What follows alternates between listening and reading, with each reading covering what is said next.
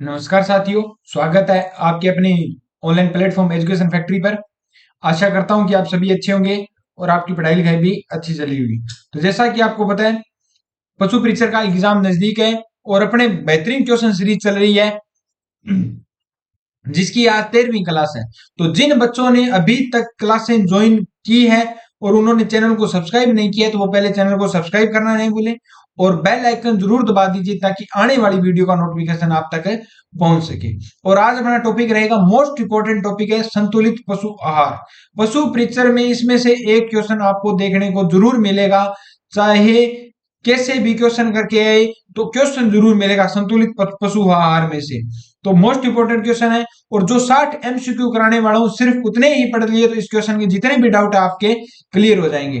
दूसरा, अभी तक पशु परीक्षण की जिसने टेस्ट सीरीज परचेज नहीं किए तो हमारा एजुकेशन फैक्ट्री ऐप है जो प्ले स्टोर पर आप डाउनलोड कर सकते हैं, जिस पर मात्र 99 रुपए में 51 टेस्ट दिए जा रहे हैं। बहुत ही बेहतरीन टेस्ट है, 51 फुली लेंथी टेस्ट है जो राजस्थान में कहीं पर प्रोवाइड नहीं हो रहे। तो जल्दी से जाइए और एजुकेशन फैक्ट्री ऐप डाउनलोड कीजिए। तो शुरुआत करते हैं आज का पहला क्वेश्चन।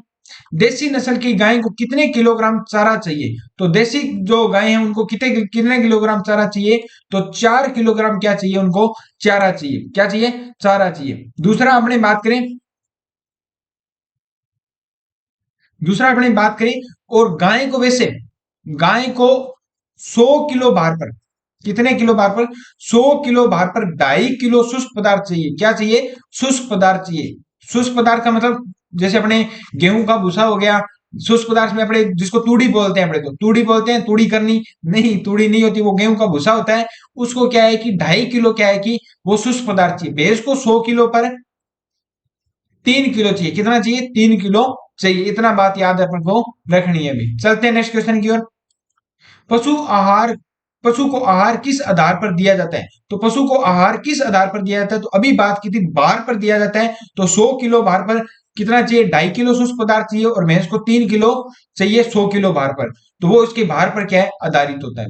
नेक्स्ट क्वेश्चन की बात करें, गाय भैंस का घी किस खली के खिलाने से रेवदार होता है? तो आपको पता है सबसे ज्यादा खली कौन सी खिलाई जाती है? अपने बिनोला की खल होती है। जो बिनोले की खल होती है उससे घी सबसे ज्यादा आता है और आजकल की बिनोले की खल काफी महंगी हो चुकी है, तो सबसे कम खिलाई जा रही है। इस कारण क्या है कि दूध में वो क्वालिटी नहीं रही जो अपने चाहते हैं। तो क्योंकि पहले बिनोला की खल काफी सस्ती आती थी, तो आजकल बिनोला की खल काफी कम होगी और जिन पशुओं को खिलाई जाती है उनके दूध का अलग ही रंग होता है, तो वो अपने घर में सभी यूज करते हैं। मोस्टली जो बच्चे घर में क्या है कि पशु रखते हैं जिनके, उनको सबको पता है भाई। नेक्स्ट अपनी बात करें, एक दुधारू गाय को प्रतिदिन गाय को कितना पानी पानी पिलाना चाहिए? तो 30 से 35 लीटर क्या है उनको पानी पिलाना चाहिए। अपने दूसरी बात करें, नेक्स्ट अपने क्वेश्चन की बात करते हैं, पशुओं के संतुलित आहार में निम्न में से कौन सा तत्व शामिल नहीं है? तो कार्बोहाइड्रेट भी होता है, खनिज लवण भी होता है, प्रोटीन भी होता है, ग्लूकोज नहीं होता। क्या नहीं होता? ग्लूकोज नहीं होता। गर्भित गाय को अंतिम माह में प्रतिदिन दाना देना चाहिए। तो जो गर्भित गाय हैं उनको जब 6 महीने हो जाते हैं, 6 महीने हो जाती हैं, तो उस क्या है कि 1 से 1.5 किलो अंतिम 2 माह में 1 से 1.5 किलो क्या है कि अधिक चारा देना चाहिए। कितना? 1 से 1.5 किलो अधिक दाना देना चाहिए, जिसको अपने क्या कहते हैं? स्टीमिंग अप कहते हैं। क्या कहते हैं? स्टीमिंग अप कहते हैं। 1.5 किलो सबसे ज्यादा देना चाहिए, 1 से 1.5 किलो। जब वो गर्भित गाय है और ब्याने वाली है, 2 माह में पशु को 1 से 1.5 किलो क्या है दाना अलग देना चाहिए और ब्याने वाली गाय है तो इसका सही आंसर क्या है? 3 किलो है। क्या है? 3 किलो है। चलते हैं नेक्स्ट क्वेश्चन की ओर। बिनोले की खल में कौन सा टॉक्सिन पदार्थ पाया जाता है? तो बिनोले की खल में गोसीपोल पाया जाता है। क्या पाया जाता है? गोसीपोल पाया जाता है भी। गाय बछिया सांड को 100 किलो के भार पर कितना सूक्ष्म पदार्थ देना चाहिए? तो गाय और बैल बछिया सांड को 100 किलो भार पर कितना देना चाहिए? तो अपने बात करते हैं, जो बैल है उनको मध्यम कार्य सामान्य कार्य के लिए 1 से 1.5 किलो देना चाहिए। दूसरा, अपने 100 किलो भार पर जो गाय बैल बछिया सांड इनको कितना देना चाहिए? तो इनको 2.5 किलो देना चाहिए। कितना देना चाहिए? 2.5 किलो। अपने बात करें बैल जो खेत में कार्य करते हैं तो इनको 3 प्रकार से बांटा गया, सामान्य कार्य, मध्यम कार्य और भारी कार्य। इनको क्या है कि अलग से दाना देना चाहिए। कितना? 1 से 1.5 किलो सामान्य कार्य वाले के लिए, 2 से 2.5 किलो मध्यम कार्य वाले के लिए, और 3 से 4 किलो दाना इनको प्रतिदिन देना चाहिए भी। ठीक है, नेक्स्ट अपने बात करें, भैंस को 100 किलो भार पर कितना सूक्ष्म पदार्थ देना चाहिए? तो भैंस को 3 किलो देना चाहिए। कितना देना चाहिए? 3 किलो। अभी पहले क्वेश्चन में अपने बात की थी 3 किलो देना चाहिए। नेक्स्ट अपने बात करें, हे के चारे में किसकी मात्रा अधिक होती है? तो कार्बोहाइड्रेट की होती है, प्रोटीन की होती है, खनिज लवण की होती है, और उपयुक्त सभी। इसका सही आंसर क्या है? उपयुक्त सभी है। नेक्स्ट अपने बात करें, मुख्य रूप से हे बनाया जाता है। तो मुख्य रूप से जो हे बनाया जाता है वो बरसीम का बनाया जाता है। किसका बनाया जाता है? बरसीम का बनाया जाता है। बरसीम और रिजके का बनाया जाता है। एक और दो दोनों सही है भी। ठीक है, एक और दो दोनों सही है। चलते हैं नेक्स्ट क्वेश्चन की ओर। हे में शुष्क पदार्थ की मात्रा कितनी है? कल वाले जिसने क्वेश्चन किए वो के वो क्वेश्चन रिपीट हो रहे हैं। सब बताया था 80 से 85 क्या है कि परसेंट क्या होता है? शुष्क पदार्थ होता है, और 15% क्या होती है? नमी होती है। साइलेज में उल्टा होता है। साइलेज मक्का का सबसे बढ़िया बनता है। किसका? मक्का का। और साइलेज में अपने बात करें, नमी की मात्रा कितनी होती है? 30 से 35% होती है। कितनी होती है? 30 से 35%। सॉरी, शुष्क पदार्थ की मात्रा कितनी होती है? 30 से 35% होती है। और नमी की मात्रा कितनी होती है? तो नमी की मात्रा होती है 60 से 65%। कितनी होती है? 60 से 65%। याद रखना, हे और साइलेज। हे किसका बनता है? हे बनता है बरसीम और रिजके का, दी बेस्ट बनता है। और जो साइलेज बनता है वो मक्का का बढ़िया बनता है। चलते नेक्स्ट क्वेश्चन, दूध देने वाली गाय को खनिज पदार्थ की आवश्यकता, कौन से खनिज पदार्थ की आवश्यकता होती है? तो सबसे ज्यादा कैल्शियम की होती है। किसकी होती है?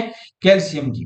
क्योंकि कैल्शियम की कमी से ही अपने बात करते हैं जो दुग्ध जवर रोग होता है वो होता है।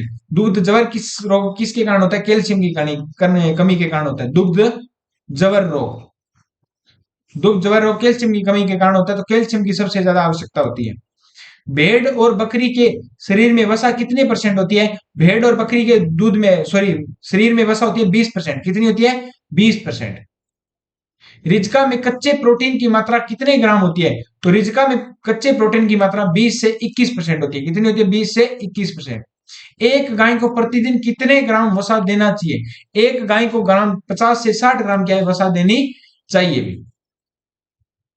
प्रजनन सांड को प्रतिदिन कितना दाना देना चाहिए? जो प्रजनन सांड है उनको 2 किलो क्या है कि दाना देना चाहिए। कितना देना चाहिए? 2 किलो दाना देना चाहिए भी।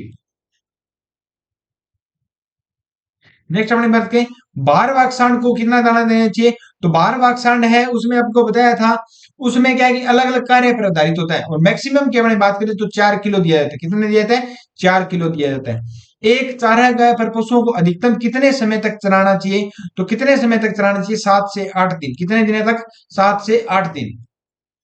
किसके आहार में रेशा में मात्रा न्यूनतम होती है? तो किसके आहार में जो रेशे की मात्रा न्यूनतम होती है? घोड़े के आहार में। किसके? घोड़े के आहार में। सबको पता है। नेक्स्ट क्वेश्चन पर जाने से पहले जिन बच्चों ने अभी तक एजुकेशन फैक्ट्री ऐप डाउनलोड नहीं किया है तो जल्दी जाइए और एजुकेशन फैक्ट्री ऐप डाउनलोड कीजिए, जिस पर मात्र 99 रुपए में आपको अकाउंट टेस्ट दिए जा रहे हैं। फुल लेंथी टेस्ट है। और अभी तक जिन बच्चों ने चैनल को सब्सक्राइब नहीं किया है तो वो चैनल को सब्सक्राइब करना न भूलें। अपने बात करते हैं नेक्स्ट भी।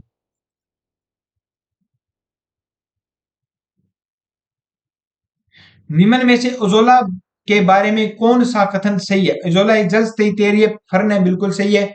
और इसके बारे में क्या दिया गया दूसरा?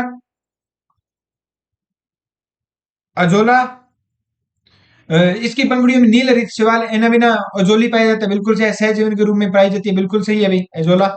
शुष्क वजन के आधार पर 25 से 35 प्रोटीन होता है, 10 से 15 खनिज बायोएक्टिव पदार्थ होते हैं, बिल्कुल सही है। इसका सही है क्या है? उपयुक्त सभी है। दुधारू पशुओं को प्रतिदिन खाने में कितने किलोग्राम एजोला देना चाहिए? तो 1 से 2 से 2.5 किलो। कितना देना चाहिए? 2 से 2.5 किलो। जिससे क्या है कि दूध की क्वालिटी अच्छी होती है। अपने जो दाना देते हैं, जो खल देते हैं, उससे क्या है कि जो दूध की क्वालिटी बड़ी होती है, लेकिन उसकी महंगाई के कारण वो क्या कम यूज करते हैं। लेकिन अजोला या फर्न एक ऐसी चीज है जिसको हम घर पर भी तैयार कर सकते हैं। और 2 से 2.5 किलो दुधारू पशुओं को देने से उनके दूध में क्वालिटी भी अच्छी होती है, वसा की मात्रा भी अच्छी होती है। चलते हैं नेक्स्ट क्वेश्चन की बात करें। गोसीपोल के प्रभाव के कारण के प्रभाव को किसके द्वारा कम किया जाता है? तो गोसीपाल का जो प्रभाव है उसको किसके द्वारा कम किया जा सकता है? तारपीन के तेल से क्या किया जाता है? कम किया जाता है। गोसिपोल किस में पाया जाता है? तो बिनोले की खल में कौन सा प्रभाव जो रासायनिक तत्व पाया जाता है? तो गोसिपोल पाया जाता है। क्या पाया जाता है? गोसिपोल।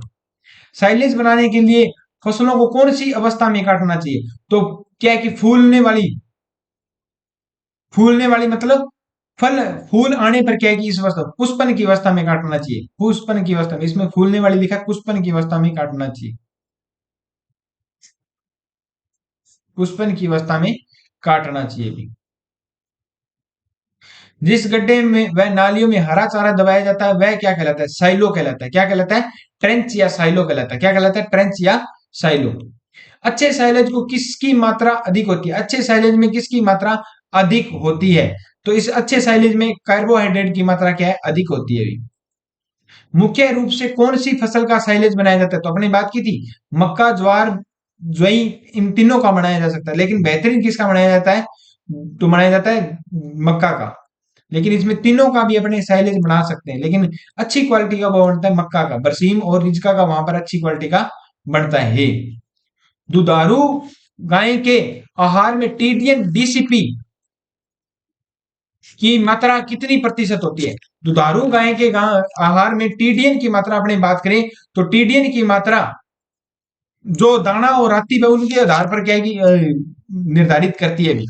तो टीडीएन की मात्रा अपनी बात करें तो कितनी होती है? क्रूड फाइबर जो होता है, अच्छा मोटा चारा होता है, फूडर होता है, उसकी बात करें अपने तो कितने परसेंट होती है? 28 होती है। कितनी होती है? 28, सॉरी 60 से 70% होती है। कितनी होती है? 60 से 70%। और डीसीपी कितनी होती है? 14 से 15%। कितनी होती है? डीसीपी 14 से 15% होती है। नेक्स्ट अपने बात करें तो टोटल डाइजेस्टिबल सिस्टम जो न्यूट्रिएंट होते हैं, पूर्ण पचनीय पोषक तत्व होते हैं, वो 60 से 70% होते हैं। और डीसीपी का मतलब क्या है कि जो उसमें तो पोषक तत्व पाए जाते हैं वो क्या है, उसमें कितने होते हैं? वो होते हैं 14 से 15%। कितने होते हैं? 14 से 15% होते हैं। चलते हैं नेक्स्ट क्वेश्चन की ओर। साइलेज और हे किस पशु आहार में वर्गीकृत किया जाता है? तो साइलेज और हे को किस प्रकार के आहार में वर्गीकृत किया जाता है? तो मोटे चारे के रूप में क्या है? वर्गीकृत किया जाता है भी। निम्न में से सही कथन है? चारे में क्रूड फाइबर 18%, टीडीएन 60% होता है। दूसरा, चारे में क्रूड फाइबर 18% और टीडीएन 60% से अधिक इसमें कम देता है। और दाने में क्रूड फाइबर 18% से अधिक और 60% से अधिक होता है। और इसमें क्या है कि क्रूड फाइबर 18 से कम। तो इसका सही आंसर है चारे में क्रूड फाइबर 18% से अधिक होता है और टीडीएन कितना होता है? 60% से क्या होता है? कम होता है भी। ठीक है। टीडीएम होता है, टीडीएन होता है टोटल डाइजेस्टेबल न्यूट्रिएंट्स, पूर्ण पचनीय पोषक तत्व। ठीक है। नेक्स्ट अपने बात करें दुधारू गाय के आहार में कितने परसेंट प्रोटीन की मात्रा होती है? तो 15% प्रोटीन की मात्रा होनी चाहिए। कितनी होनी चाहिए? 15% प्रोटीन की मात्रा होनी चाहिए। 5 माह की गर्भित गाय को कितने ग्राम हरा चारा देना चाहिए? तो 10 किलोग्राम हरा चारा देना चाहिए। अपने बात करते हैं तो 1 से 1.5 किलो क्या है कि जो गर्भित गाय है उनको क्या है कि दाना अधिक देना चाहिए। क्या देना चाहिए? 1 से 1.5 किलो, जिसको चारा देना चाहिए स्टीमिंग अप। क्या कहते हैं? स्टीमिंग अप कहते हैं।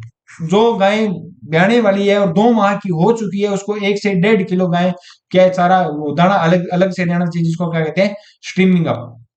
बाहरी कार्य हेतु पशु को कौन सी खल खिलाना चाहिए? तो बाहरी कार्य हेतु कौन सी खल खिलाना चाहिए? जब सभी को पता है सरसों की खल। कौन सी खल है? सरसों की खल।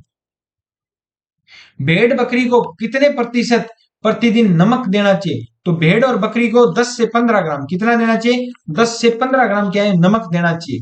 दूसरा अपने बात करें पशुओं को साधारण नमक पानी में 30 ग्राम देना चाहिए। कितना देना चाहिए? 30 ग्राम देना चाहिए। तो इनको 10 से 15 ग्राम है देना चाहिए। चलते हैं नेक्स्ट क्वेश्चन की ओर। 1 लीटर उत्पादक बकरी को कितना शुष्क आहार दिया जाता है? 1 लीटर उत्पादक मतलब दूध उत्पादक जो बकरी है उसको कितना जो शुष्क आहार दिया जाता है? 0.5 किलो शुष्क आहार दिया जाता है।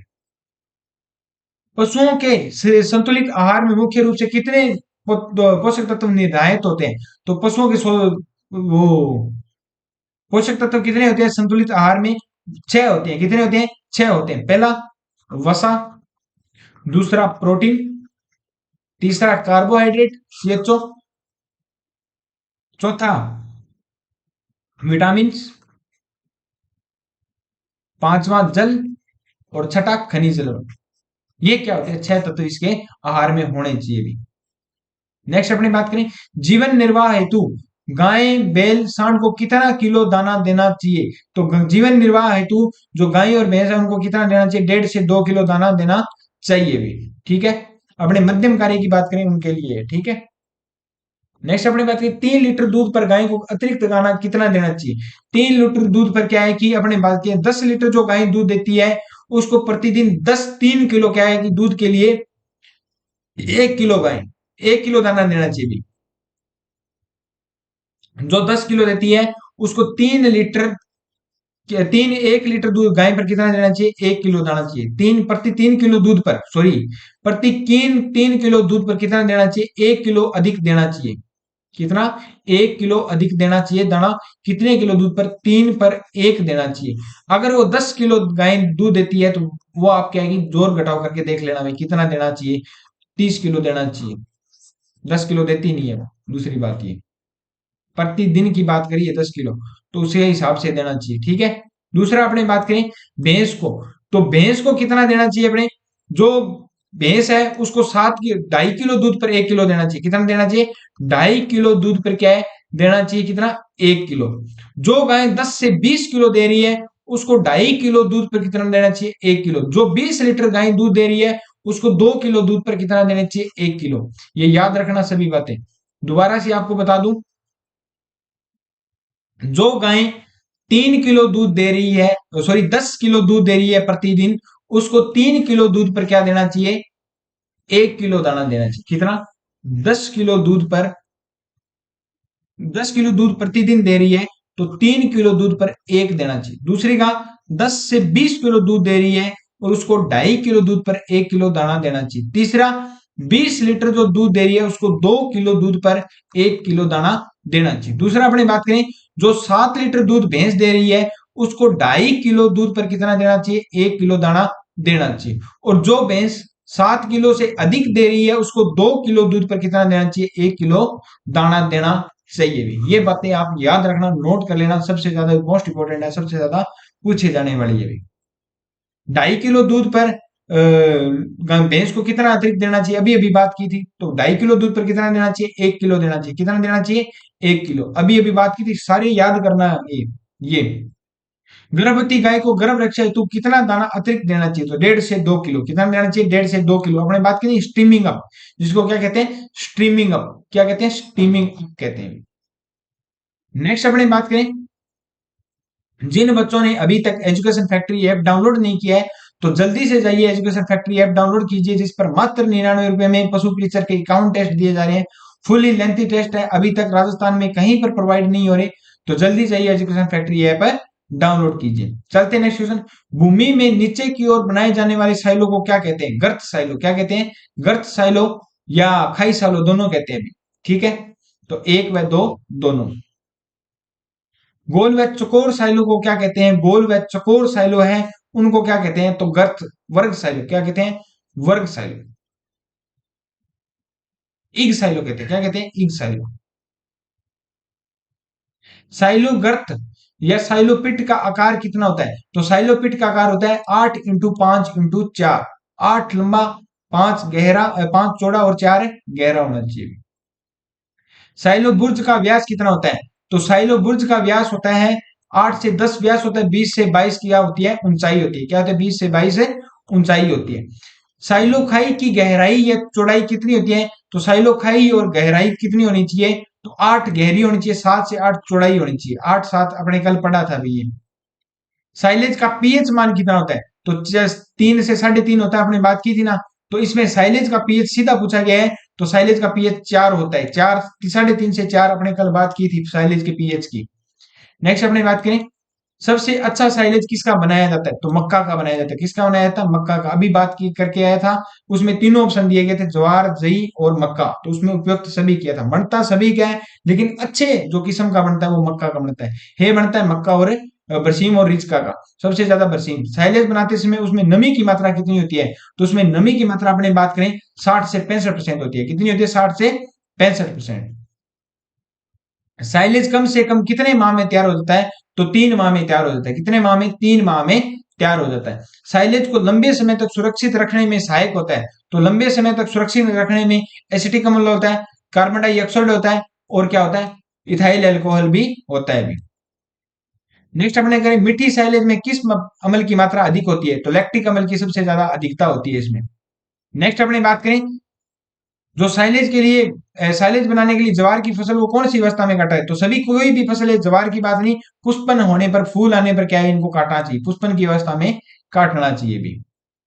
चारे फूडर में टीडीएन टोटल डाइजेस्टेबल न्यूट्रिएंट पूर्ण पचनीय पदार्थ कितना होना चाहिए चारे में? तो अपने बात करते हैं 18% से कम होना चाहिए। कितना होना चाहिए? 18% से कम होना चाहिए।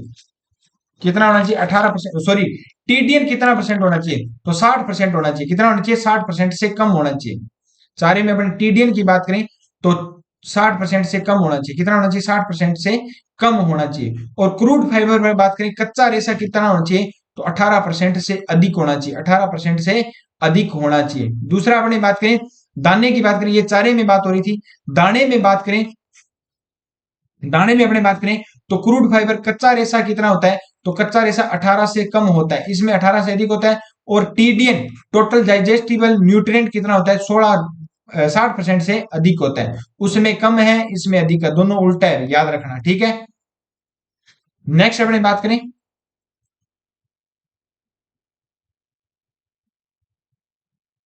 दाना दातिक बांटा में सीएफ की मात्रा कितनी होती है? तो सीएफ की मात्रा होती है 18% से कम। कितनी होती है? सीएफ की 18% से कम होना चाहिए। दाना में अभी बात की थी 18% से कम। क्रूड फाइबर, क्रूड फाइबर या कच्चा रेशा, क्रूड फाइबर की बात कर रहा है, सीएफ क्रूड फाइबर है 18% से कम, और टीडीएन कितना होता है? 60% से अधिक। अपने बात करें जो चारा है उसमें कितना होना चाहिए? 18% से अधिक होना चाहिए, याद रखना। अभी मोस्ट मोस्ट इंपॉर्टेंट बातें हैं ये आपके लिए। साइलेज और हे किस पशु आहार में वर्गित किया जाता है? मोटा चारा में किया था, ये क्वेश्चन दोबारा रिपीट हुआ था। साइलेज में होती है, कौन सी होती है साइलेज में? विरेचकता होती है। क्या होती है? विरेचकता, दस्ती है, मतलब बढ़िया क्या है कि जो खान पान होता है उसमें दस्ती है, विरेचक होते हैं। ये पदार्थ होते हैं, ये पदार्थ में क्या होती है अपने बात करें तो स्वादिष्टता भी होती है, विरेचकता भी होती है, प्रोटीन भी होती है। तो इसका क्या है उपयुक्त सभी है। विटामिन मुख्य प्रकार से कितने प्रकार के होते हैं? तो विटामिन अपने बात करें तो दो प्रकार के होते हैं, जल विलय और वसा विलय। जल विलय और वसा विलय, वैसे मत कर देना A B C D E F G H. वसा विलय और जल विलय विटामिन दो प्रकार के होते हैं।